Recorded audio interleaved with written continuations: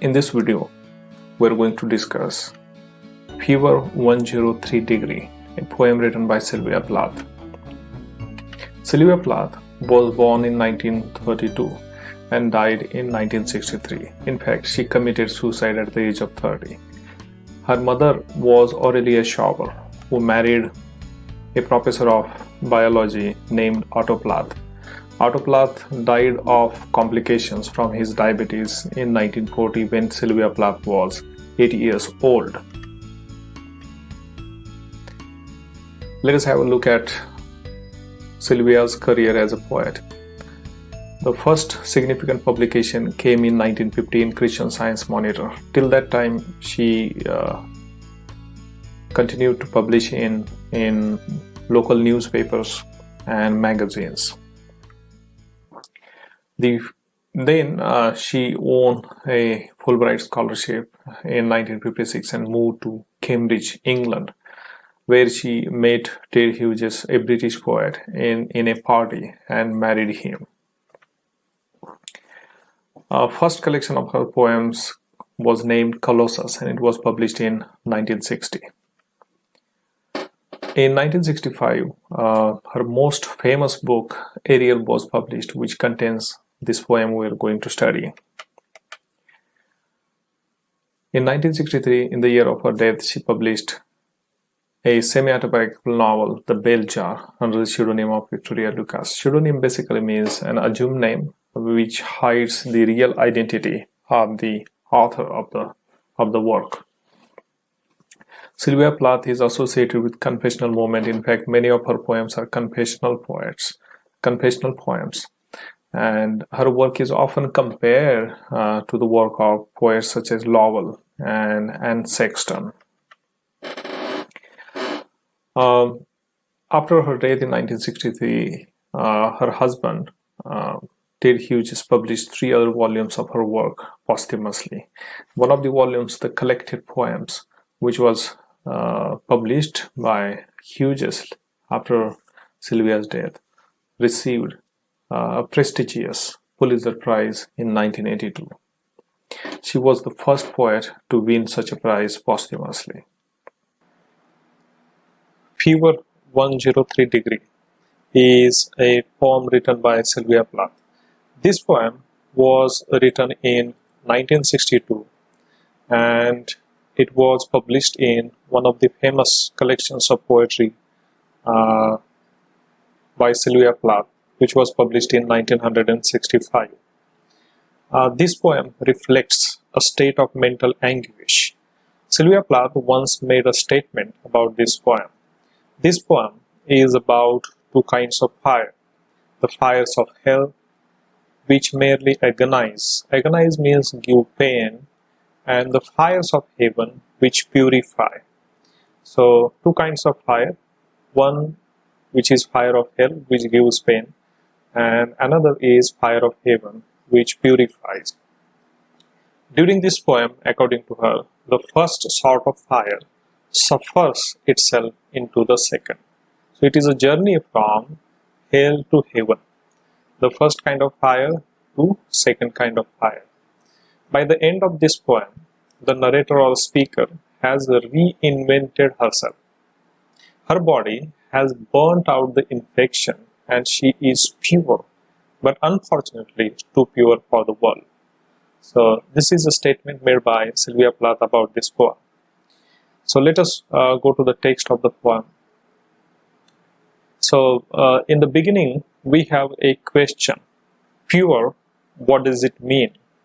So there are different concepts of purity in different domains of knowledge. If we look at, for example, science of matter, that means physics or chemistry, let us say, the concept of purity basically means having no contamination or having no other elements than the one which consists a matter. There is a religious concept of purity. So the pure in religious way is having not sinned. So a soul without sin is pure, religiously speaking. So let us proceed. The tongues of hell are dull, dull as the tipple tongues of dull, fat Cerberus, who wheezes at the gate. Now, Cerberus is a three-headed hound that guards the gates of hell. The job of this hound or a dog is to hunt the souls that try to escape from hell. So this is the concept that comes from Christian mythology. This dog wheezes. Wheezing is a sound when somebody breathes heavily, very heavily. This dog is incapable of licking clean the eggy tendon, the sin. So eggy tendon, eggy means a condition of fever, So if we go to Greek mythology, Greco-Roman mythology, this is the dog which, Cerberus is a dog which guards the gates of hell. And this dog is incapable of licking clean kind of eggy tendon. So what is meant by eggy? Eggy is a condition of acute fever accompanied by shivering and shaking. And tendon basically is a kind of fiber which connects muscles to the bone. So this is what we have. So it is connected with sin, a condition of being tormented. So if we look at this particular concept of sin that comes from Greco-Roman or rather Christian mythology, in Plath's recorded reading, these 4 lines are read a little bit differently. These lines do not appear in the original publication, but from where this text is taken. So anyway, eggy means a condition of being diseased. So the dog is not able to lick clean the diseased condition or the wound or the sin. So the point is that the dog which protects the gates of hell will not be able to purify the soul which enters or which comes in contact with, let us say, the dog. So the dog has no capability, or the fire that the dog carries within itself cannot purify its soul, or rather souls of others.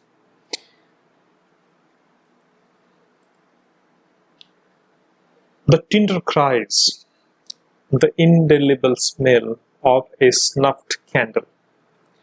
The tinder is something which burns, a material that is generally put into fire to grow the fire or to feed the fire.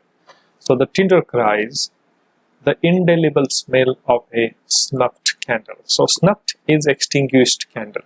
So indelible is permanent smell of the snuffed candle. So something which has burnt and left behind an indelible smell, the smell that cannot be forgotten. Love, the low smoke roll from me like Isadora's calves. Isadora's calves? Okay, love, the low smokes roll from me like Isadora's calves. So Isadora was a famous dancer. Isadora was a famous dancer who died because of strangulation in a kind of car accident. So she was an American dancer who was born in 1877 and she died in 1927 in a kind of car accident. She had a known longing for flowing scarves. So she loved scarves and she carried scarves around her neck. She died in a kind of freak or rather weird accident, most likely by strangulation. Strangulation, choking. when her long scarf wrapped around the wheel as well as her neck. So her neck was strangulated, and the scarf was stuck in spokes of the traveling car. So in those days, the car wheels also had spokes like bicycle wheels. So that was her unfortunate death. Now, what does that mean in this particular poem? So, love, love, the low smokes roll from me like Isadora's scars. So, love is something which is burning the soul of the narrator, and from which the low smokes roll out like a scarf flying away due to wind. So that is the image. I am in a fright. One scarf will catch and anchor in the wheel. So she is in a fright. She is afraid that the kind of incident that happened with Isadora might also happen with the narrator. So one of her scarf will catch and anchor in the wheel, and the narrator will also die of strangulation. So that is what the image is, the fear is in the mind of the narrator. Such yellow, sullen smokes make their own element. Such yellow, sullen smokes make their own element. So such yellow, sullen smokes make their own element. So sullen means a kind of bad-tempered, bad. Smokes make their own element, their own existence. They will not rise, but trundle around the globe, choking the aged and the meek and the weak. So they will trundle. They will trundle.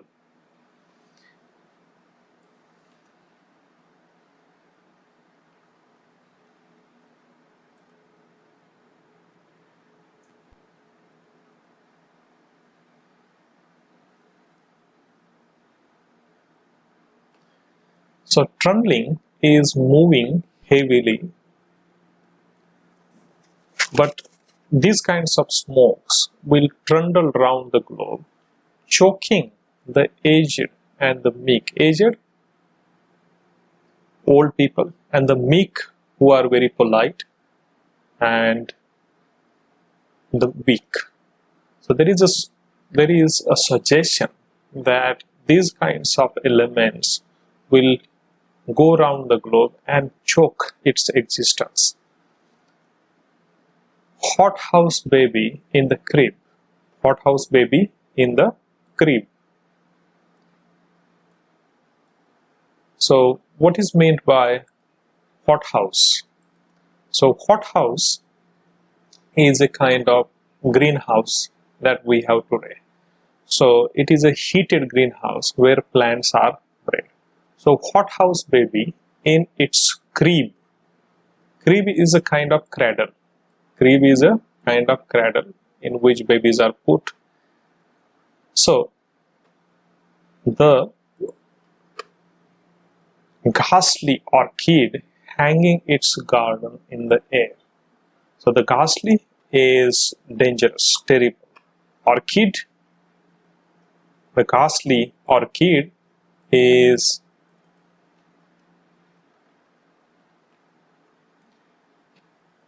a kind of plant with complex flowers, and they have bizarre shapes. Bizarre means vichitra. So different kinds of shapes. So the ghastly, fearsome orchid hanging its hanging garden in the air. Devilish leopard. Devilish leopard. So it is compared to a kind of devilish leopard. The ghastly orchid hanging its hanging garden in the air, as if there is a floating garden from which these kinds of orchids are hanging. So this is a different kind of image that comes from let us say agriculture. So hothouse baby in its crib, the ghastly orchid hanging its hanging garden in the air, devilish leopard. So it looks like devilish leopard. It is fearsome. Radiation turned it white and killed it in an hour. So radiation turned white and killed it in an hour. Probably the devilish leopard was killed by radiation. So when we move to the next slide, the reference will be clear. So greasing the bodies of adulterers like Hiroshima ash and eating in the sin, the sin. So ultimately the reference is to sin.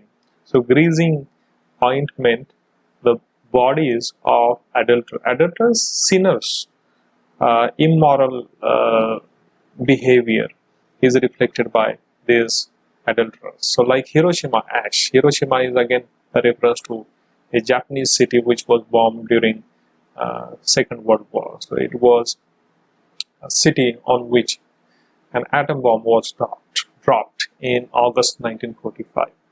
So ultimately it is the reference to the sin, individual sin, as well as the sins on mass level. Darling, all night I have been flickering off, on, like light. The sheets grow heavy as a lecher's kiss. So the sheets probably that are there to protect ultimately are a burden.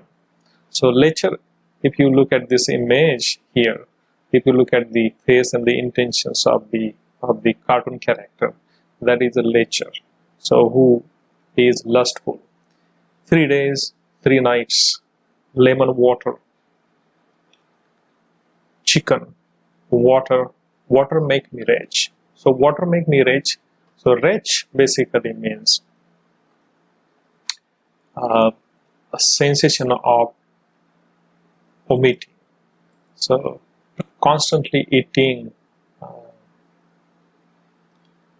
same things probably creates a kind of nausea, and that is what the reference is. 3 days and 3 nights, lemon water, chicken, water make me rich. So this is a reference to hospitalization of narrator for 3 days and 3 nights and the kind of food the narrator got there. So this is a kind of journey through which the narrator goes, a kind of journey of the consciousness and the things that the narrator is reminded of. Finally, after the hospitalization is over and the narrator is cured, the narrator recovered, I am too pure for you or anyone. So the body and the soul also is too pure for anybody. Your body hurts me as the world hurts God. I am a lantern, my head a moon of Japanese paper, my gold-beaten skin infinitely delicate and infinitely expensive. So what does this, these are comparisons. The head is compared to moon, the narrator compares herself to a lantern, and the moon of Japanese paper, prepared Japanese paper, and the skin is like gold beaten to thinness, airy thinness. So infinitely delicate and infinitely expensive. So this is the transformation about which Sylvia Plath was talking in the statement she made about this poem. So going through a kind of 3 days and 3 nights of ritual, we know that the title of the poem is Fever 103 degree. So 103 degree is a higher level of fever, and fever, medically speaking, is a kind of symptom of diseased condition. Symptom of a diseased condition, and fever is ultimately fire which burns the infection in the body, and at the same time the fire of the mind burns the infection of the soul. The infection of the soul refers to the sin. So this is the ultimate reference. Does not my heat astound you? The kind of fire that she carries in her body and soul. Doesn't it astound, surprise you? And my light, the glow, all by myself. I am a huge camellia, glowing and coming and going, flush on flush. So these are the camellia flowers you see. Camellia is a kind of flower. Different kinds of flowers belong to this particular species. So we have narrator comparing herself to huge camellia. It is glowing, coming and going. I think I am going up. I think I may rise. The beads of hot metal fly, and I love. I am a pure acetylene. So acetylene is a gas that is used in gas welding, which burns, which is pure, and it creates higher amount of heat, and that is why the hot metal melts and flies. That is the reference, the beads of hot metal. So have you seen gas welding? So the kind of temperature the flames produced by acetylene and oxygen create, they make the metal fly, the beads of metal fly. So she compares herself to that kind of fire, and she says that I'm a pure acetylene, virgin attended by roses. So all her bodily and sins of soul are done away by the kind of fire, the kind of rituals she goes through for 3 days and 3 nights. So she rises, she feels herself rising by kisses, by cherubim, by whatever these pink things mean. Not you, nor him, nor him, nor him. Myself dissolving old whore petticoats. So old whore petticoats is a reference to immoral sexual behavior, probably of narrator herself. So it is about the sins when they are repented, they are done away, they are washed away, and now the narrator is rising to heaven, accompanied by kisses and cherubim, and that is her rise to paradise. So this is what the journey is all about. Now let us look at the theme of the poem. The theme of the poem is purification of body as well as soul. It is largely about purification of soul. So what is the importance of pure soul?